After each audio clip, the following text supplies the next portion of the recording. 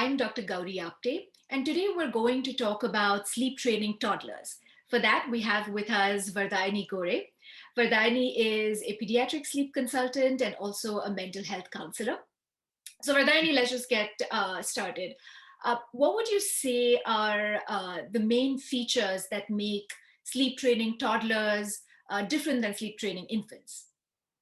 Right. So I think given everything, like we have one very common and a main difference, which is toddlers start understanding many more things compared Correct. to infants. Yeah. So they try to resist sleep because of that. It could be, anything which could you say, something that's in the environment that's more attractive compared to a sleep. So definitely they are more prone to resist sleep, even at sleep time. Mhm. um, Apart from that, there's also transitions like the nap transitions. Some of the kids who are on two naps may drop to one. Mm. A lot of them even drop from 1 to 0 by the time they're 3 or 4. Right. So that's also another big transition that happens, or like that's a big one of the other big differences. Mhm. Some of them who have a nap, who are onto one nap, they may sleep for a consistent time in the night, Mhm. say from 9 to 10 hours. And then they have like a 1.5 to 2 hour nap in the afternoon. So that's how the mainly how the toddler sleep is different from an infant sleep. So like I said, they are also more able to sleep longer periods. Most of Right. them also sleep through the night, especially if they are not if they are weaned off completely, and they don't wake up to breastfeed. So Right. they are definitely kids who know more, Right. and they also transit into better sleep. Right. So yes, yeah. Right. So, given these differences, what would you recommend to parents that are trying to newly sleep train toddlers or even maintain previous sleep training with their infants to make bedtime less stressful and Mm. help kids sleep more independently? Yeah. So I think one of the most important part is to maintain that or the bedtime routine, as it's said, because I think even parents, after a point in time, after, the kids, like I said, who grow up, they when they are 2, 3, they are a little less bothered about Right. the, bedtime schedule or the bedtime routine. But that's a very important part, even for adults. Like every one of us know that if we expose ourselves to, say, screen time, a lot of screen time just before bed, we don't get good quality sleep. Right. Similarly, even for toddlers, they have to have a consistent bedtime routine, as well as a sleeping schedule. Mhm. That means, yes, they need to sleep in between 7:30 p.m. to 8:30 p.m., Mhm. come what may, kind of a thing. Because I know many of the parents who go to work, come back home late, Mhm. and they may want to see their child, but Right. then that kind of disrupts their sleep Right. pattern, especially if they get very tired in the day, Mhm. especially if they are not on any naps in the day. Yeah. They definitely get more tired. So hence, it's very important to, say, have dinner, by 7 or 6:30, and then have like a good bedtime routine, which will help them, fall asleep in a more calm and peaceful way and independently. Yeah. Yeah. I think that's an important thing to remember where uh, there's usually a window where it's the Yeah. best for kids to fall asleep, because even if they get overtired, we think that, oh, if they're more tired, they're going to sleep easier, but that's not always Yes. true. They're overtired, that kind of doesn't help them to calm down and fall asleep. So prolonging bedtime by too much also is Yeah. just going to mess with their sleep. Correct. So that's why I think routine is also important. Like I think if you follow those 3 Bs, which is bath, books, and then bed, that means you Mm. have a bath, read some books to the kids, and then Yeah. it's time to go to sleep. That kind of a Right. routine. That's also a very good way for them to set that pattern, say Yeah. within that bedtime window, as you said. Yeah, Yeah. yeah.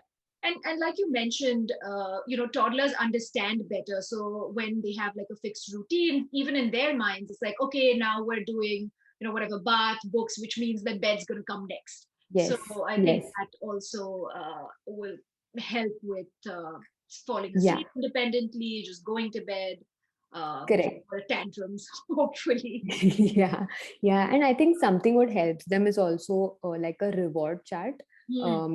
So I think most of them who are in play groups, or like they are in that Yeah, period where they, of course, not at this time when things are online, but I think yeah, daycares also, they have a routine of giving stars, so yeah. they know that that's something which is a rewarding thing. So Hmm. yeah, if you go to bed on time, then you get a star. That could Right. be one way of for parents also to make it less stressful, because I think even parents might get stressed, especially if Yeah, they get cranky during bedtime. But right.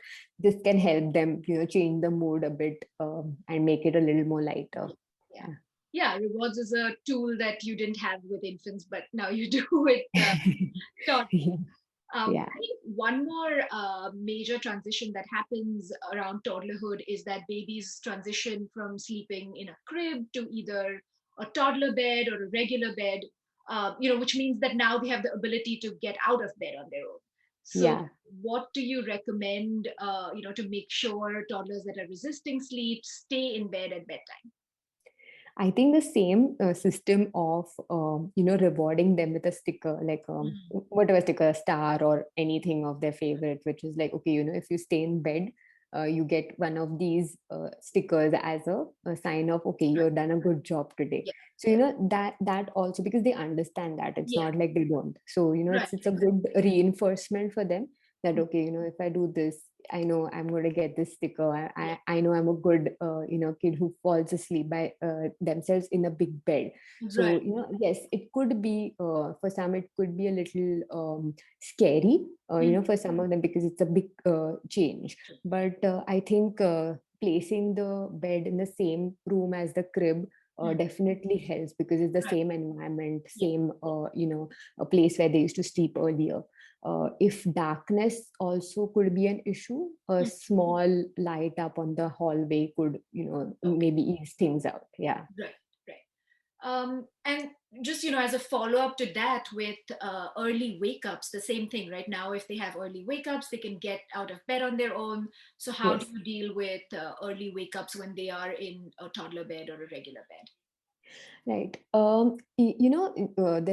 are these lot of tools what you can use. There are something like a color clock or lamp Mm. which changes color at a certain time. So Right. it's okay. It's that time when you have to wake up. So that Right. okay, now it's time to get up. Or Right. you can tell the kid actually, like, okay, everyone wakes up at this time, so you need to get out and get ready by this time. Yeah. So that also actually makes a lot of difference. They do understand and absorb it, if Yeah. if there's a logic to it. Right. So yeah, slowly and steadily, these things will work out. It's Yeah. because early wake ups are usually due to a lot of things, like maybe bright lights or some things that come in the way. But these reinforcements do matter, and Yeah. like I said, they understand it better. So Yeah. yes, it's easier for them to even grasp these signals that help them form a better wake up time as Yeah. well. Yeah. So I think what you're basically saying is that, even though toddlers have the ability to, resist sleep more and to throw tantrums and do all of that, they also have the ability to understand more. So Yeah. utilizing and capitalizing on that understanding and a reward system can kind of make it smoother to help them sleep independently, to sleep train them, and make things Yeah. less stressful, I guess. 100%. Yes. Yes. Yes. Right.